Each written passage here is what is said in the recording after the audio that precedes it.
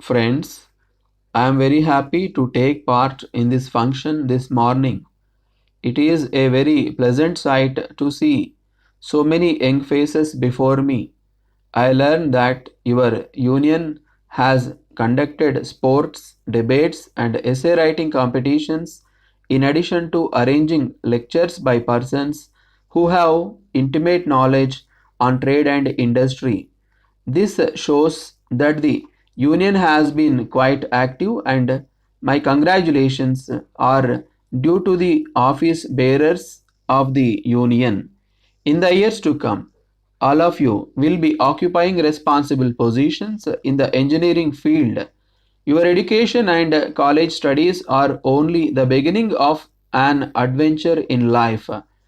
The interest that you evince now in the subject would be mostly from the examination point of view, but you will develop the real appreciation of the subject when you actually start your career as an engineer.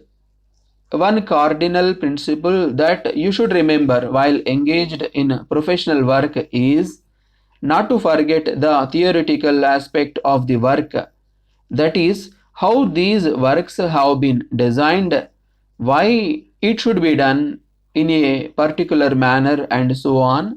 Throughout your life, you will be a student learning and appreciating new developments. Also, you must explore the possibilities of carrying out the work in a better and an economical way. And this is the only way to improve yourself. In this connection, it may not be out of place if a mention is made to the importance of discipline among younger generation. Of late, it has become a habit among student population to indulge in purposeless antisocial activities. All of you should realize that every hour and day you lose will be a permanent loss in your life. This loss of time adversely affects not only your own progress but also of the country.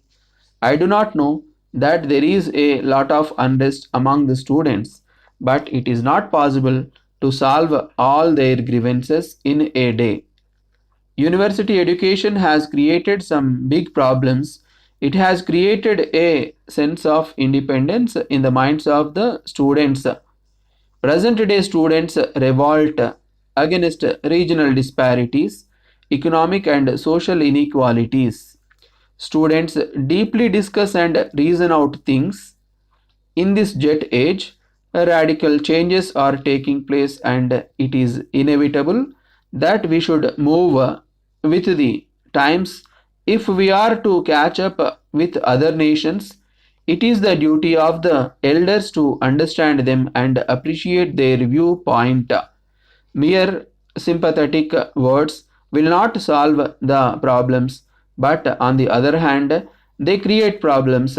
We must look at things in a creative spirit and put the young men and women on jobs and give them ample scope to develop their personality in a right spirit. This will certainly help the nation. The common idea prevalent among our young men is soon after they leave the portals of the university, they look for jobs in a government or public sector undertaking. I feel that this tendency on the part of our young men and women should undergo a radical change.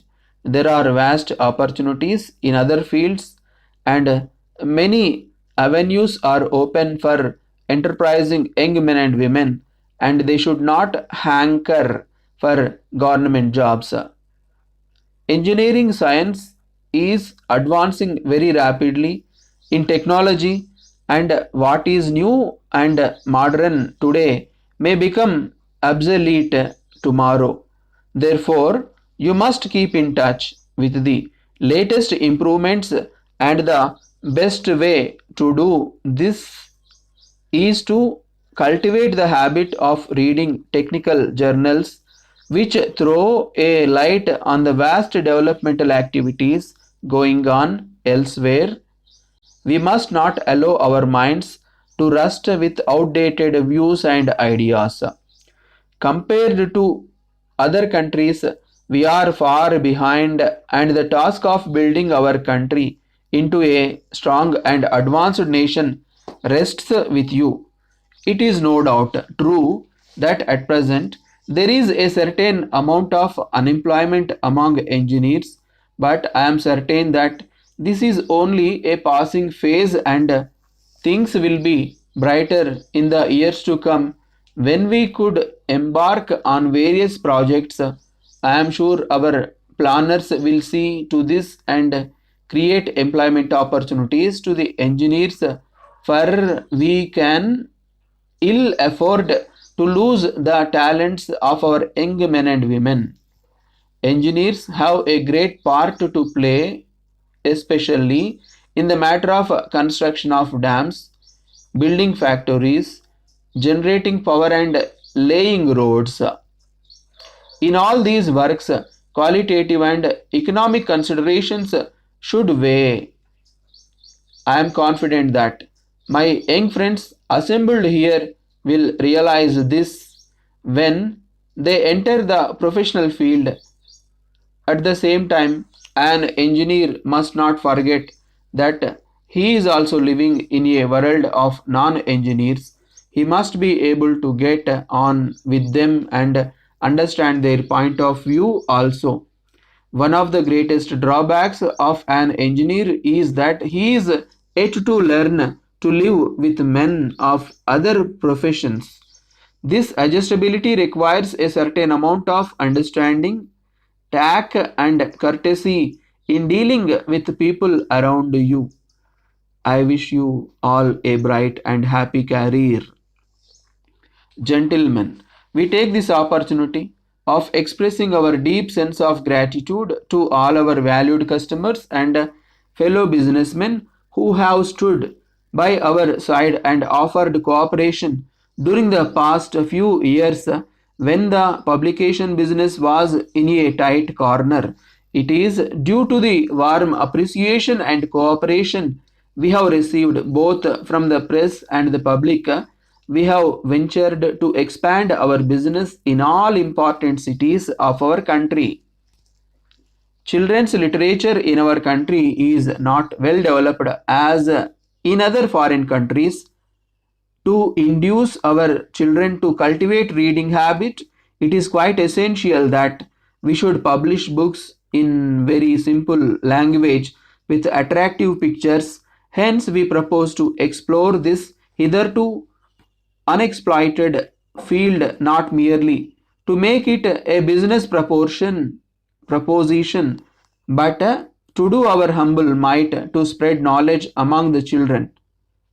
Children of today are citizens of tomorrow, and every effort should be made to develop the young minds to broaden their vision and outlook. To achieve our object to spread knowledge and good literature on various subjects, we expect the cooperation from booksellers and individuals. All kinds of books printed both in the country and abroad are available with us, and an exhaustive catalogue of our stock with relevant details like trade terms is enclosed herewith for your information. You can be rest assured that all orders received will be executed promptly and at the most reasonable market rates. We believe that our rich experience in the book trade over a decade and men and materials at our disposal will give you confidence in our firm, and we hope to get your valued orders before booking out for alternative sources.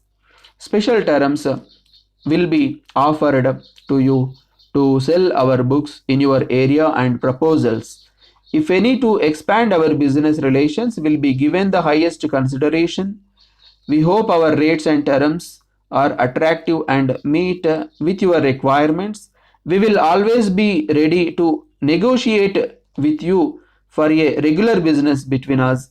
We fondly hope to receive your esteemed orders at a very early date. Thanking you. in anticipation. Yours faithfully.